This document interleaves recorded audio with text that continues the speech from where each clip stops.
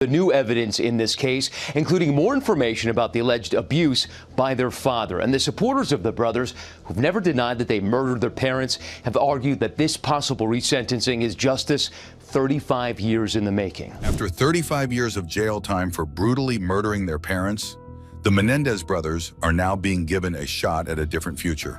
Los Angeles District Attorney George Gascon is pushing for a resentencing, and if his request gets the green light, the brothers could become eligible for parole. But does the Menendez family agree with this decision? Are they really ready to forgive the men who tore their family apart in such a brutal way? The brutal murder of the parents. Before we get into what the family thinks about the possibility of the Menendez brothers' release, it is important to understand the shocking events that landed two young men from a wealthy family behind bars over 30 years ago. The Menendez family appeared to have it all. They had money, power, and a luxurious Beverly Hills lifestyle. Jose Menendez was a wealthy and successful entertainment executive, a self-made man who had built his career from the ground up. His wife, Kitty, was a devoted homemaker, and their sons, Lyle and Eric, seemed like privileged kids living the American dream.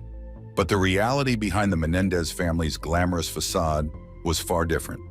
Jose was known to be a demanding and controlling father, with a reputation for being cold and unforgiving. Kitty, meanwhile, struggled with her own demons, including bouts of depression and a dependency on alcohol. The pressure to meet their father's high expectations weighed heavily on Lyle and Eric, who were constantly pushed to excel in everything from academics to sports. According to later court testimonies, the family's perfect image was just a mask hiding years of dysfunction, emotional instability, and alleged abuse. But in 1989, no one outside the family had any clue just how dark things were behind closed doors. The turning point came on the night of August 20th, 1989, a night that would forever change the lives of everyone involved. Lyle, then 21, and Eric, 18, armed themselves with shotguns they had purchased 2 months earlier and went downstairs to confront their parents. What happened next was pure horror. The brothers walked into the living room of their Beverly Hills mansion, where their parents were sitting peacefully. Lyle fired the first shot, hitting Jose in the back of the head. It was a direct and fatal shot, murdering him instantly. Kitty, hearing the blast, tried to run away, but she was cornered. The brothers continued to fire, hitting her multiple times. When the ammunition ran out, Eric reloaded the shotgun and shot Kitty in the face to make sure she was dead. In total, they fired 15 rounds, leaving both parents in a bloody and brutal scene. Hours after the murder, the Menendez brothers returned home and made a frantic 911 call, pretending to have just discovered their parents' bodies. Lyle's voice was full of panic as he screamed, "Someone killed my parents!"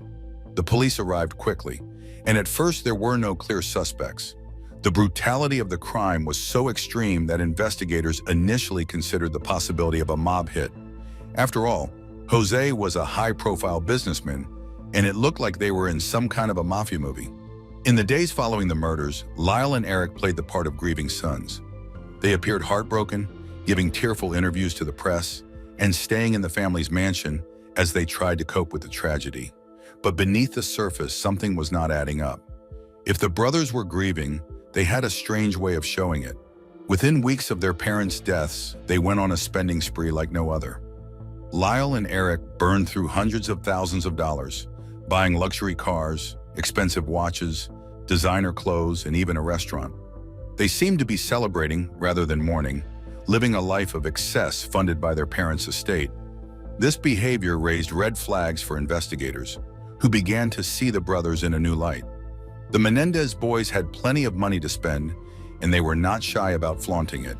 They renovated their home, took exotic vacations, and indulged in lavish hobbies, all while their parents' murder investigation remained unsolved. As the investigation continued, the police noticed inconsistencies in Lyle and Eric's story. They were struggling to keep their alibis straight, and their seemingly cold behavior after the murders didn't sit right with the detectives. Rumors began to circulate that the brothers might have been involved, but there was no solid evidence to make an arrest until Eric cracked. In a shocking twist, Eric confessed to his psychologist, Dr. Jerome Oziel, that he and Lyle had murdered their parents. But the confession didn't stay secret for long. Dr. Oziel's girlfriend, who feared for her safety, tipped off the police and revealed the explosive details of Eric's confession. With this information, the investigators now had enough evidence to obtain search warrants and gather more clues. In March 1990, 7 months after the murders, the police moved in. Lyle and Eric were arrested and charged with the murders of their parents. The news hit like a bombshell. 2 young men from one of Beverly Hills' wealthiest families were now the prime suspects in a gruesome double murder. The media went into a frenzy, and the Menendez case became front-page news across the country. During the investigation, the police found even more evidence that pointed to premeditation. The brothers had purchased the shotguns 2 months before the murders, using fake IDs to avoid suspicion.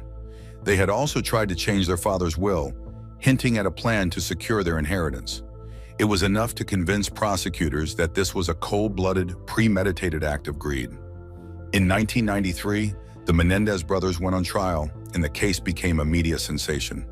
The prosecution presented their case as straightforward. They said Lyle and Eric killed their parents because they wanted control of the family fortune. They pointed to the spending spree as clear evidence that money was the motive, and they argued that the brothers had carefully planned the murders for months. But the defense had a different story to tell, a story that shocked the nation. They didn't deny that Lyle and Eric had pulled the triggers, but they said the brothers did it out of sheer desperation. According to the defense, the Menendez household was a nightmare, where physical, sexual, and emotional abuse was the norm. They painted Jose Menendez as a tyrannical father who subjected his sons to years of torment, driving them to a breaking point where murder seemed like their only escape. Lyle and Eric's tearful testimony about the abuse split the nation. Some believed them, seeing 2 young men who had suffered unimaginable trauma. Others were convinced it was all a manipulative act, a desperate attempt to avoid a harsh sentence. The first trial ended in a hung jury, as the jurors could not agree on whether the abuse justified a lesser charge of manslaughter. This led to a second trial in 1995, but this time the judge severely limited the defense's ability to discuss the alleged abuse. The focus shifted back to the brutal details of the crime itself, the multiple gunshots, the premeditation, and the spending spree that followed. Without the same emotional testimony, the second jury found both Lyle and Eric guilty of first-degree murder. They were sentenced to life in prison without the possibility of parole, and the Menendez family was forever shattered. The brothers were sent to separate maximum security prisons, isolated from each other and from the world that once knew them. Now, after more than 3 decades behind bars, the Menendez brothers are back in the spotlight, and this time they might have a chance to change their fate. But why, after all these years, is there a sudden push for resentencing? Why is Los Angeles District Attorney George Gascon now advocating for a different sentence? Why do they deserve a resentence? When Gascon held a press conference to announce his support for the Menendez brothers' resentencing, it caught many by surprise. He acknowledged the severity of the crime, but he argued that the case deserves a fresh look. His main point was that the justice system does not just give punishment, it also considers fairness and rehabilitation. And he believes the Menendez brothers have shown enough change over the years to warrant a chance at parole. Gascon made it clear that he was not excusing what the brothers did back in 1989. The crime was horrific, and he admitted that Jose and Kitty Menendez's deaths were tragic and brutal. But he emphasized that the legal system has changed since the 1990s, especially when it comes to dealing with youthful offenders and understanding the impact of trauma. In Gascon's view, the Menendez brothers' case deserved a second look because of how far they have come since their conviction. One of the primary reasons Gascon supports resentencing is the evidence of the brothers' rehabilitation while in prison. Both Lyle and Eric have stayed out of trouble, showing a strong commitment to improving themselves and helping others. According to Gascon, they didn't spend their time in prison being violent or disruptive. Instead, they focused on personal development, education, and contributing positively to the prison community. Lyle, the older of the two, earned a degree and took on leadership roles in various inmate programs. He has been a mentor to younger prisoners, teaching them conflict resolution skills and guiding them toward productive activities. Eric, the younger brother, has also devoted himself to education and has become a mental health advocate within the prison. He has been involved in support groups aimed at helping inmates deal with emotional trauma, and his efforts have earned him a reputation as someone who genuinely wants to make a difference. Gascon cited these actions as proof that the Menendez brothers have changed. For him, their dedication to rehabilitation shows that they are no longer the same people who committed the crimes in 1989. He pointed out that they have shown sincere remorse for their actions, and their behavior behind bars has been nothing short of exemplary. Gascon didn't just rely on the Menendez brothers' good behavior to make his case, he brought out the statistics. Since he took office, the Los Angeles District Attorney's Office has overseen the resentencing of more than 300 inmates, including 28 who were convicted of murder.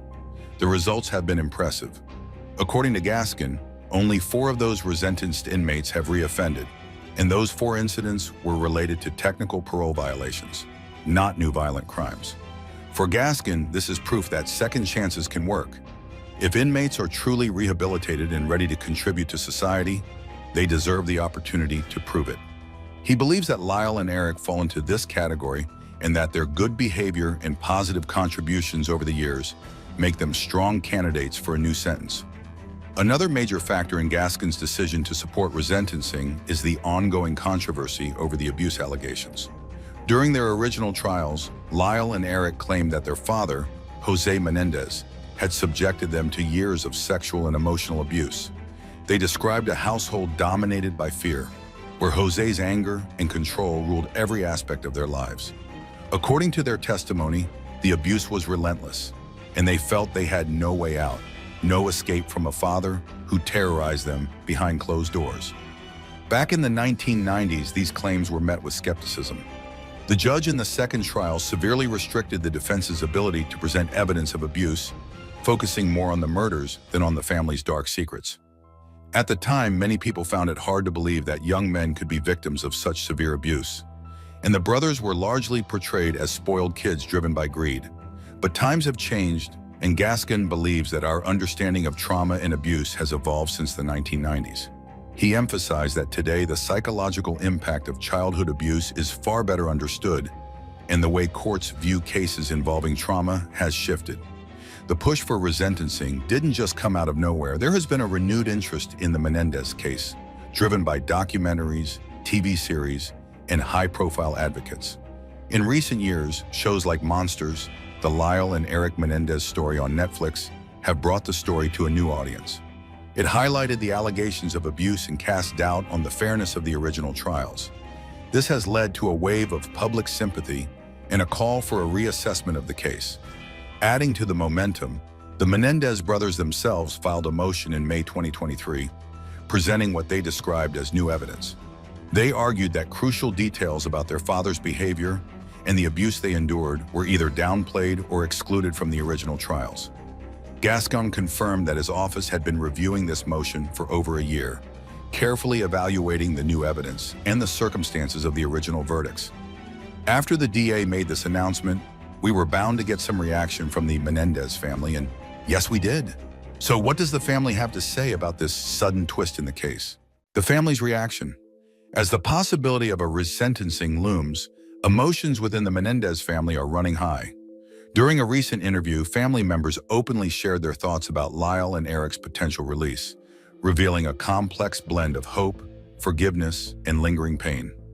The Menendez family has been waiting for this moment for 35 long years. Karen Vandermeulen expressed just how significant the district attorney's announcement was. She described it as a moment that they have been fighting for, holding on to hope that someone would finally believe their side of the story of years of abuse that pushed Lyle and Eric to do what they did. Karen even spoke about her dream scenario, which is having Eric and Lyle home in time for Thanksgiving, a holiday they haven't shared together in decades. Another family member, Eric Vandermeulen, focused less on forgiveness and more on understanding. He talked about how the media has portrayed the brothers over the years, painting them as cold-blooded killers. But he believes that recent documentaries, including the Netflix series Monsters, have provided a more accurate look at their traumatic childhood, exposing the abuse that the brothers claim led them to commit the murders. Then there is Natasha Leonardo, who said that she has always believed Lyle and Eric's accounts of abuse, and she feels that the new evidence coming to light only solidifies what the family has known all along, that the brothers were victims long before they became criminals. But while the family's support for the brothers is clear, the public is divided. For every person who believes Lyle and Eric deserve a second chance, there is another who feels just as strongly that they should stay behind bars for life. Many members of the public who back the resentencing believe that people can change. For them, the Menendez brothers' actions in prison over the past 35 years speak louder than the crime they committed. Lyle and Eric didn't spend their time stirring up trouble. They worked on bettering themselves. They have earned degrees, engaged in positive activities, and offered emotional support to fellow inmates. Those who believe in rehabilitation see these actions as proof that Lyle and Eric are not the same people they were when they shot their parents. There is also the issue of the alleged abuse. The defense's story that Jose Menendez was a controlling and abusive father has gained more credibility over time. Today, people are more aware of how trauma can affect behavior, and that understanding has led many to reconsider the brothers' actions. Supporters argue that the original trials did not give enough weight to the impact of the abuse, and that if the case were to go to court today, the outcome might be very different. However, not everyone buys this narrative.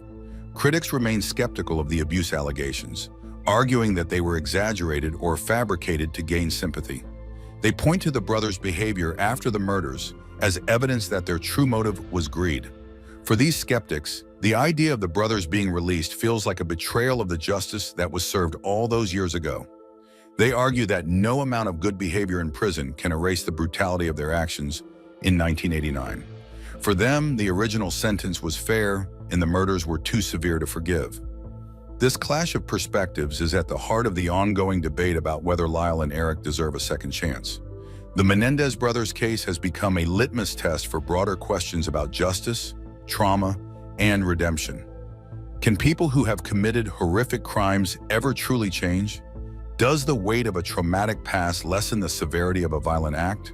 With the district attorney's recommendation on the table, these questions will soon be addressed in a courtroom where the final decision will ultimately be made.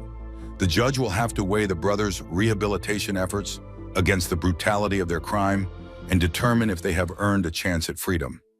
So now the question turns to you. Do you think Lyle and Eric Menendez deserve another shot at life outside prison? Should they be given a chance to prove they have changed? Or should the severity of their crime keep them behind bars for good? Tell us your opinion in the comments below. Before you go, make sure to subscribe to our channel for more shocking updates. Thanks for watching.